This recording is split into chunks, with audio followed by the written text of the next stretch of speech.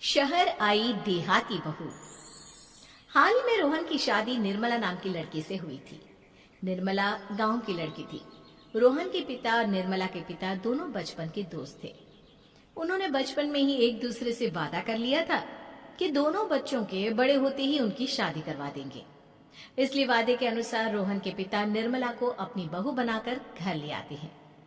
निर्मला अपने साथ अपनी गाय भी लेकर आ जाती है और उसे घर के आंगन में बांध देती है। अरे ये क्या माँ, भाभी तो गाय भी लेकर आई है हमारे घर में। अभी घर में गाय बंधी देखकर आस पड़ोस के लोग तो हमारा मजाक उड़ाएंगे ना। हाँ बेटा, तू ठीक कहती है, लेकिन क्या करूं मैं। तू तो जानती है तेरे पिता किसी की नहीं सुनते। अरे ये क्या निर्मला, तुम अपने साथ गाय क्यों लेकर आई हो? आपके शहर में पैकेट वाला मिलावटी दूध मिलता है ना, लेकिन मुझे तो रोज ताजा दूध पीने की आदत है। गाय लाकर मैंने ना बहुत अच्छा किया है। अब हम सब रोज ना गाय का ताजा ताजा दूध पियेंगे। अरे ये सब तो ठीक है, लेकिन तुम ध्यान रखना कि तुम्हारी गाय की वजह से आस पड़ोस के लोगों को कोई तकलीफ ना हो। हाँ हाँ, मैं सब देख लूंगी, आप चिंता ना करें। कुछ दिन बीत जाते हैं। फिर एक दिन, चल बहू, आज हमें बाजार से सब्जी खरीदने जाना है। उसके बाद सुनीता निर्मला को बाजार में ले जाती है। सब्जी के महंगे दाम देखकर निर्मला के तो होश उड़ जाते हैं। ये क्या माँ जी, 1000 रुपए की सब्जी, ये तो बहुत ही ज्यादा है। अब क्या करे बहू, शहर का तो यही हाल है। ना ना ना, मैं इस तरह पैसों की बर्बादी बर्दाश्त नहीं कर सकती। अब से ना हम इस बाजार से सब्जी नहीं खरीदेंगे यहाँ। फिर अगले दिन निर्मला घर के आंगन की मिट्टी खोद कर वहाँ तरह तरह की सब्जियां लगा देती है। अरे काव्या, तेरी भाभी तो बहुत अजीब है।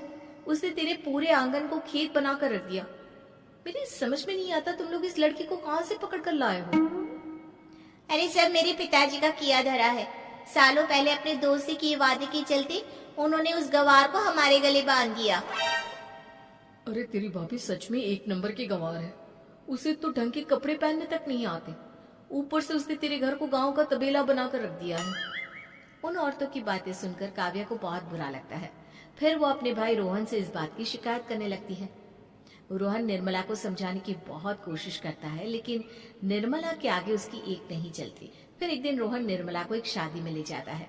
सभी मेहमान खाना खाने में व्यस्त थे। उधर रोहन भी अपने दोस्तों से गप्पे लड़ाने लगता है। तभी निर्मला तंदूरी चिकन के स्टॉल से ढेर सारे लेग पीस उठाकर अपने पर्स में डालना शुरू कर देती है। घर जाने के बाद इसे फ्रिज में रख दूंगी और कल सुबह मैं चीज सिखाऊंगी। फिर खाना खाने के बाद दोनों पति पत्नी वहां से जाने लगते हैं, लेकिन तभी दुल्हन का भाई उन्हें रोक लेता है। अरे ये सब क्या है? मैंने यहाँ खाना खाने के लिए सबको बुलाया था, खाना चोरी करने के लिए नहीं। तुमने पर्स में जो चिकन के लेग पीस छुपा रखे हैं ना, चलो बाहर निकालो उन्हें। दुल्हन का भाई फौरन निर्मला से पर्स छीनकर सारे लेग पीस बाहर निकाल लेता है। मैंने इतना खर्चा करके खाने पीने का इंतजाम किया है और तुम हो कि यहाँ से खाना चोरी करके ले जा रही हो? शर्म आनी चाहिए तुम्हें। वहां मौजूद सभी लोग निर्मला को भला बुरा कहने लगते हैं। अपनी बेइज्जती होते देख रोहन दुल्हन के भाई से माफी मांगकर निर्मला को घर ले आता है। निर्मला, आज तुमने सबके सामने मेरी नाक कटवा दी। आखिर तुम्हें चिकन के पीस चुराने की जरूरत क्या थी? मुझे माफ कर दीजिए रोहन जी। दरअसल ना, हमारे गांव में जब भी शादी होती थी तब मैं और मेरी सहेलियां इसी तरह शादी से ढेर सारा खाना लेकर आते थे। मुझे नहीं पता था कि मेरी इस गलती से आपकी इतनी बेइज्जती हो जाएगी।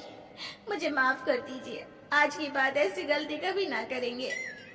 इतना कहकर निर्मला रोने लगती है। निर्मला को रोते देख रोहन का दिल पिघल जाता है और उसे माफ करके गले लगा लेता है।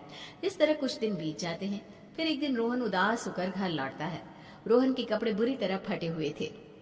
अरे बेटा, ये सब क्या है? किसी के साथ मारा पीटी हो गई है क्या? नहीं माँ, आज हमारी जिंदगी का सबसे बुरा दिन है। म्युनिसिपालिटी वालों ने हमारी दुकान तोड़ दी।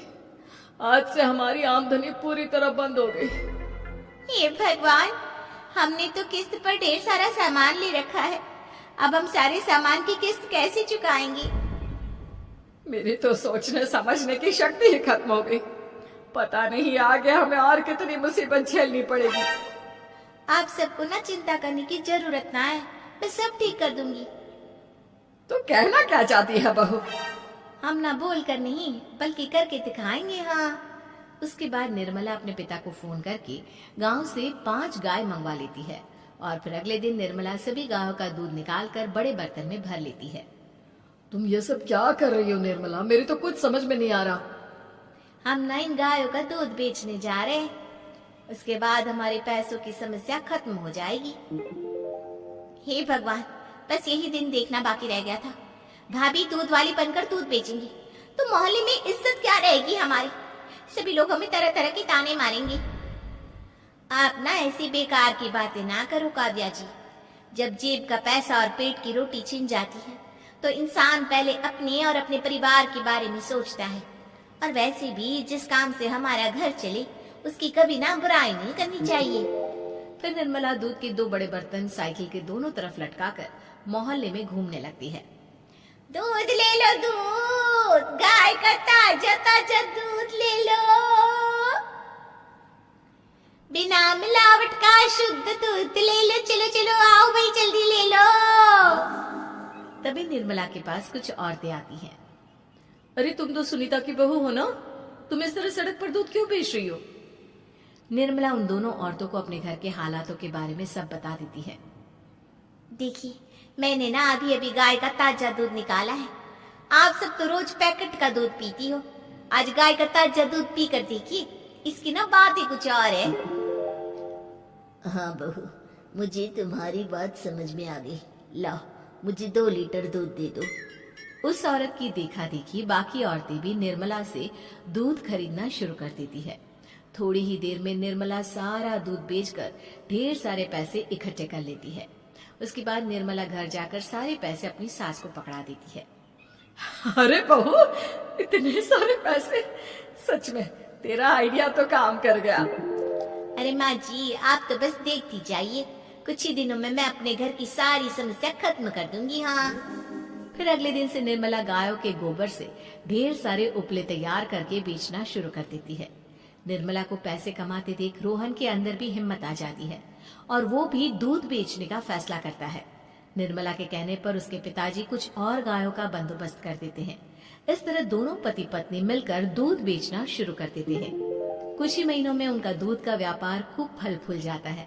इसके चलते रोहन एक बड़ी दूध की डेयरी भी खोल लेता है। पिताजी, जब आपने निर्मला से मेरी शादी करवाई थी तब मैं मन ही मन आपको कोसा करता था, लेकिन आज मेरी समझ में आया कि आपका फैसला बिल्कुल सही था। आज अगर निर्मला ना होती तो पता नहीं हमारा क्या हाल होता। हाँ बेटा, तू ठीक कहता है। हमारी बहू ने तो हमें उजड़ने से बचा लिया। भगवान ऐसी बहू सबको दे। इस तरह निर्मला की समझदारी के चलते सब कुछ ठीक हो जाता है और वो सभी हंसी खुशी अपना जीवन जीने लगते हैं।